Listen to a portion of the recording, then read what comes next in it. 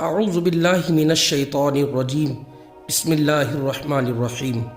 السلام علیکم ورحمۃ اللہ وبرکاتہ۔ امید ہے کہ تمام دوست احباب خیریت سے ہوں گے۔ اللہ پاک کے بابرکت نام سے شروع کرتا ہوں جو دنیا جہان کا مالک اور بادشاہ ہے۔ ناظرین، آج ہم حضور صلی اللہ تعالی علیہ وسلم کے زندگی کے خوبصورت واقعے کو بیان کریں گے۔ اللہ رب العالمین کے بارگاہ میں دعا ہے اللہ ہمیں اس واقعے پر عمل کرنے کی توفیق عطا فرمائے۔ اگر میرے چینل پر آپ نئے ہیں تو پہلے میرے چینل کو سبسکرائب کر دیں اور اپنے دوستوں میں ویڈیو ضرور شیئر کریں۔ مکہ میں ابو سفیان بہت بے چین تھا، آج کچھ ہونے والا ہے۔ اس کی نظر آسمان کی طرف بار بار اٹھ رہی تھی۔ اس کی بیوی ہندا، جس نے حضرت امیر حمزہ کا کلیجہ چبایا تھا، اس کی پریشانی دیکھ کر اس کے پاس گئی اور کہنے لگی، کیا بات ہے، کیوں پریشان ہو؟ ابو سفیان چونکا اور بولا، کچھ نہیں، طبیعت گھبرا رہی ہے، میں ذرا گھوم کر آتا ہوں۔ یہ کہہ کر وہ گھر کے مین دروازے سے باہر نکل گیا۔ مکہ شریف کے گلی میں گھومتے گھومتے دوسرے شہر کے حد تک پہنچ گیا۔ اچانک اس کی نظر شہر کے باہر ایک میدان پر پڑی۔ ہزاروں مشالیں روشن تھی، لوگوں کی چہل پہل ان کی روشنی میں نظر آ رہی تھی اور بھن بھناہٹ کی آواز تھی، جیسے ہزاروں لوگ دھیمی آواز میں کچھ پڑھ رہے ہوں۔ اس کا دل دھک سے رہ گیا۔ اس نے فیصلہ کیا کہ وہ اور قریب جا کر دیکھے گا یہ کون لوگ ہیں۔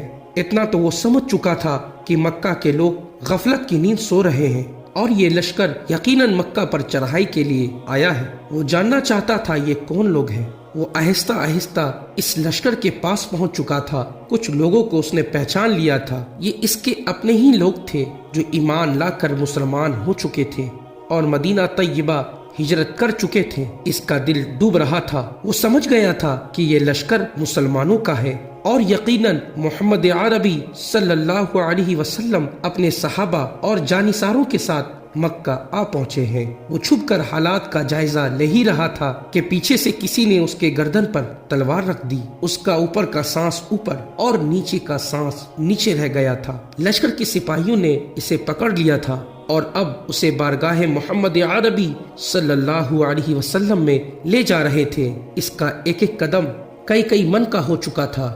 ہر قدم پر اسے اپنے کرتوت یاد آ رہے تھے۔ جنگ بدر، جنگ احد، جنگ خندق، خیبر، سب کچھ اس کے آنکھوں کے سامنے ناچ رہے تھے۔ اسے یاد آ رہا تھا کہ اس نے سرداران مکہ کو کس طرح اکٹھا کیا تھا اور محمد عربی صلی اللہ علیہ وسلم کو قتل کرنے کے لیے کیسے نجاشی کے دربار میں جا کر تقریر کی کہ مسلمان ہمارے غلام اور باغی ہیں، ان کو ہمیں دے دو۔ کیسے اس کی بیوی ہندا نے حضرت سیدنا امیر حمزہ کو اپنے غلام حبشی کے ذریعے شہید کروا کر ان کا سینہ چاک کر کے ان کا کلیجہ نکال کر چبایا اور ناک کان کاٹ کر گلے میں ہار بنا کر ڈال لیا تھا، اور اب اسی محمد عربی صلی اللہ علیہ وسلم کے سامنے پیش کیا جا رہا تھا۔ اسے یقین تھا کہ اس کی روایات کے مطابق اس جیسے دہشت گرد کو فوراً قتل کر دیا جائے گا۔ ادھر بارگاہ رحمت للعالمین صلی اللہ علیہ وسلم میں صحابہ کرام موجود تھے۔ صبح کے اقدامات کے بارے میں مشاورت چل رہی تھی کہ کسی نے آ کر ابو سفیان کی گرفتاری کے بارے میں خبر دے دی۔ اللہ اکبر! خیمے میں کوہرام مچ گیا اور نعرہ تکبیر کی صدا بلند ہونے لگی۔ ابو سفیان کی گرفتاری ایک بہت بڑی خبر اور کامیابی تھی۔ خیمے میں موجود عمر بن خطاب اٹھ کھڑے ہوئے اور تلوار کو میان سے نکال کر انتہائی جوش کے عالم میں بولے، اس بدبخت کو قتل ہی کر دینا چاہیے، سارے فساد کی جڑ ہی یہی ہے۔ چہرہ رحمت للعالمین صلی اللہ علیہ وسلم پر تبسم نمودار ہوا۔ ان کے دلوں میں اترتی ہوئی آواز گونجی، بیٹھ جاؤ عمر، اسے آنے دو۔ عمر بن خطاب آنکھوں میں غضب لیے حکم رسول صلی اللہ علیہ وسلم کی اطاعت میں بیٹھ گئے کہ ان کا بس چلتا تو ابو سفیان کے ٹکڑے ٹکڑے کر ڈالتے۔ اتنے میں پہرداروں نے بارگاہ رسالت صلی اللہ تعالی علیہ وسلم میں اجازت چاہی۔ اجازت ملنے پر ابو سفیان کو رحمت للعالمین صلی اللہ علیہ وسلم کے سامنے اس حال میں پیش کیا گیا کہ اس کے ہاتھ اس کی امامے سے اس کے پیٹھ پر باندھے تھے اور اس کے آنکھوں میں موت کے سائے لہرا رہے تھے۔ اصحاب رسول صلی اللہ علیہ وسلم نے ایک عجیب بات سنی، اس کے ہاتھ کھول دو اور اس کو پانی پلاؤ، اور فرمایا بیٹھ جاؤ ابو سفیان۔ ابو سفیان ہارے ہوئے سردار کی طرح فرش پر بیٹھ گیا۔ پانی پی کر اس کو کچھ ہوش آیا، نظر اٹھا کر خیمے میں موجود لوگوں کو دیکھا۔ عمر بن خطاب رضی اللہ عنہ کی آنکھیں غصے سے لال تھی اور ابو بکر کی آنکھوں میں اس کے لیے افسوس کا تاثر تھا۔ اسی طرح باقی تمام اصحاب کرام کے چہروں کو دیکھتا دیکھتا آخر کار اس کی نظر محمد عربی صلی اللہ علیہ وسلم پر پڑی۔ اس نے دیکھا کہ حضور کے چہرے پر کائنات کی خوبصورت ترین مسکراہٹ تھی۔ کیوں ابو سفیان، کیسے آنا ہوا؟ ابو سفیان کے گلے میں جیسے آواز ہی نہیں رہی تھی۔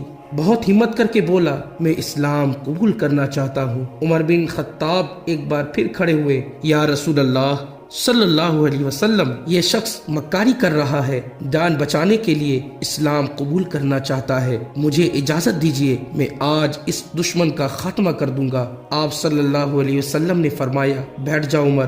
بولو ابو سفیان، کیا تم واقعی اسلام قبول کرنا چاہتے ہو؟ جی ہاں رسول اللہ، میں اسلام قبول کرنا چاہتا ہوں۔ میں سمجھ گیا ہوں کہ آپ صلی اللہ علیہ وسلم اور آپ کا دین بھی سچا ہے اور آپ کا خدا بھی سچا ہے۔ میں جان چکا ہوں صبح مکے کو فتح ہونے سے کوئی نہیں بچا سکے گا۔ چہرے رسالت صلی اللہ علیہ وسلم مسکراہٹ پھیلی۔ ٹھیک ہے ابو سفیان، تو میں تمہیں اسلام کی دعوت دیتا ہوں اور تمہاری درخواست کو قبول کرتا ہوں۔ پیارے دوستو، یہ ہوا کرتا تھا ہمارا اسلام، اور یہ تھی ہماری تعلیمات، اور یہ نبی کا اخلاق تھا جو دشمن کو بھی اپنے سینے سے لگاتے تھے۔ اللہ پاک سے دعا ہے اللہ پاک ہمیں اپنے اندر اخلاق پیدا کرنے کی توفیق دے، آمین۔